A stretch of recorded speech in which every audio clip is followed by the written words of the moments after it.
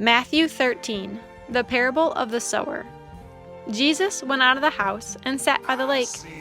Such large crowds gathered around him that he got into a boat and sat in it, while all the people stood on the shore. Then he told them many things in parables, saying, A farmer went out to sow his seed. As he was scattering the seed, some fell along the path, and the birds came and ate it up. Some fell on rocky places, where it did not have much soil. It sprang up quickly, because the soil was shallow. But when the sun came up, the plants were scorched, and they withered because they had no root. Other seed fell among thorns, which grew up and choked the plants. Still others fell on good soil, where it produced a crop 100, 60, or 30 times what was sown. Whoever has ears, let him hear. Matthew 13, the parable of the sower, part 2. The disciples came to Jesus and asked him, Why do you speak to the people in parables?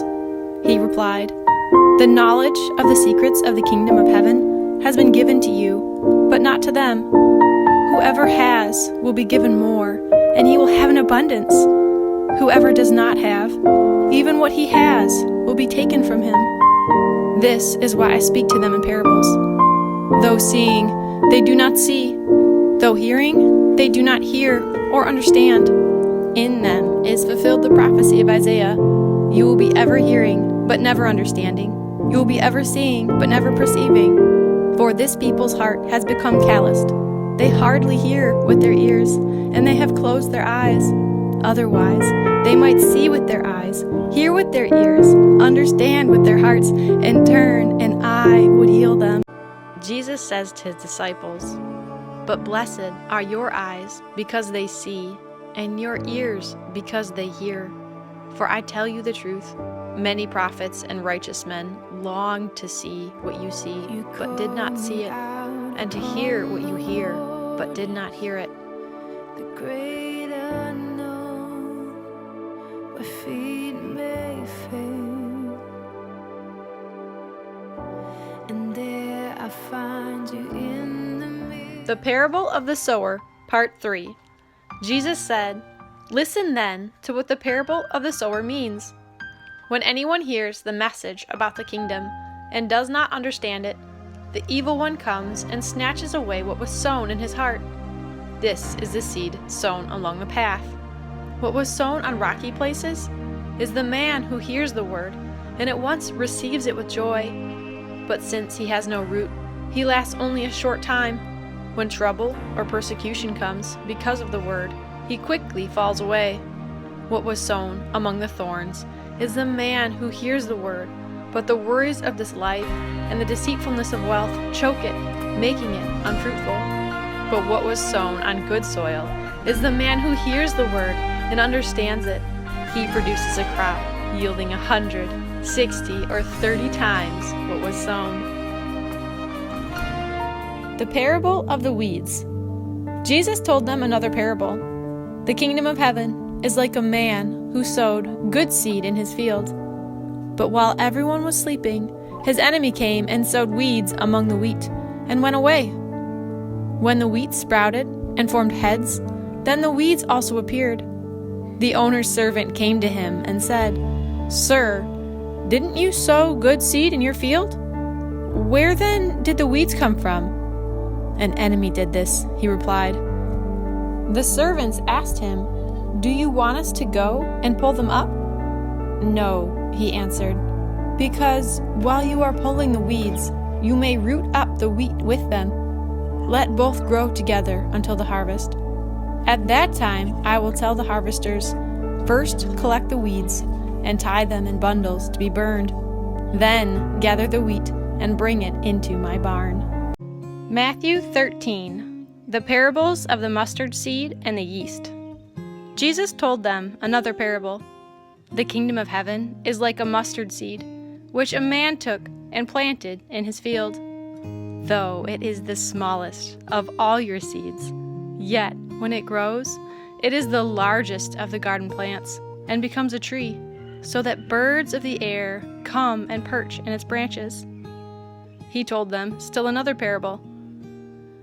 The kingdom of heaven is like yeast that a woman took and mixed into a large amount of flour until it worked all through the dough.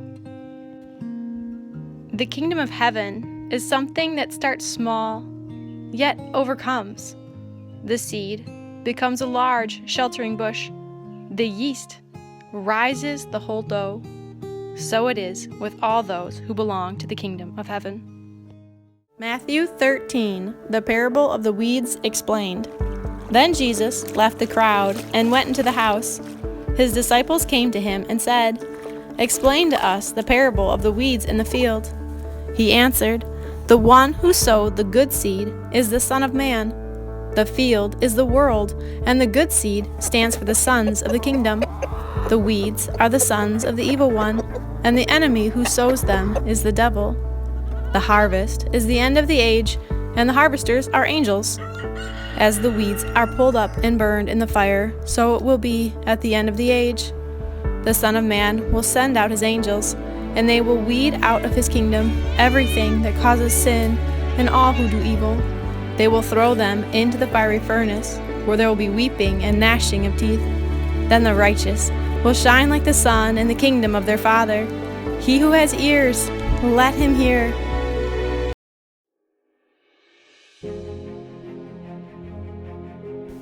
Matthew 13, the parables of the hidden treasure and the pearl.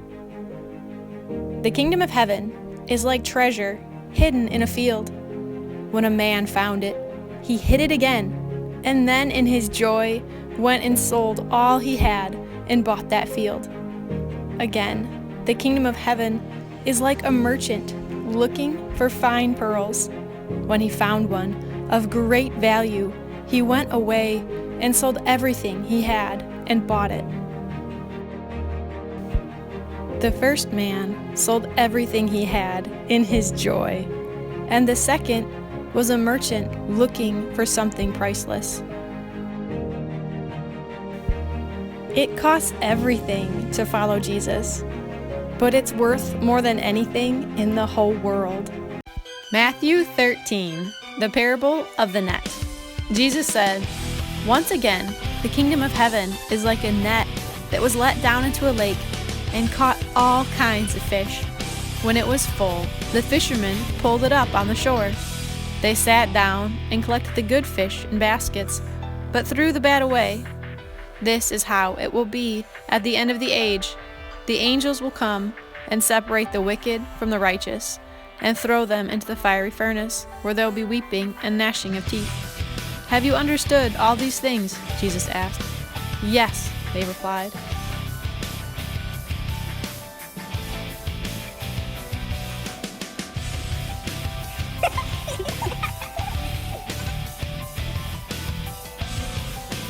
The point is, we all get caught and inspected. What will the angels find in you? Matthew 13. Jesus said, "Therefore, every teacher of the law who has been instructed about the kingdom of heaven is like the owner of a house who brings out of his storeroom new treasures as well as old." Have you ever thought the kingdom of heaven should look, well, normal? So have I. But then I read the stories. The walls of Jericho tumbling down after they walked around the walls. Samson and having mighty strength just because he has long hair. And Gideon and his clay pots and trumpets that defeated a massive army. The list goes on. The kingdom of heaven looks anything but normal. Matthew 13, a prophet without honor. When Jesus had finished these parables, he moved on from there. Coming to his hometown, he began teaching the people in their synagogue, and they were amazed. "Where did this man get this wisdom and miraculous powers?" they asked. "Isn't this the carpenter's son? Isn't his mother's name Mary? And aren't his brothers James, Joseph, Simon, and Judas? Aren't all his sisters with us? Where then did this man get all these things?" And they took offense at him. But Jesus said to them, Only in his hometown and in his own house is a prophet without honor. And he did not do many miracles there because of their lack of faith. Don't miss God because you're too busy looking at the person. God speaks in many ways. This year, blessing, money, testimony. Go to follow, you they go. This year, good news, giant, plenty money. Go to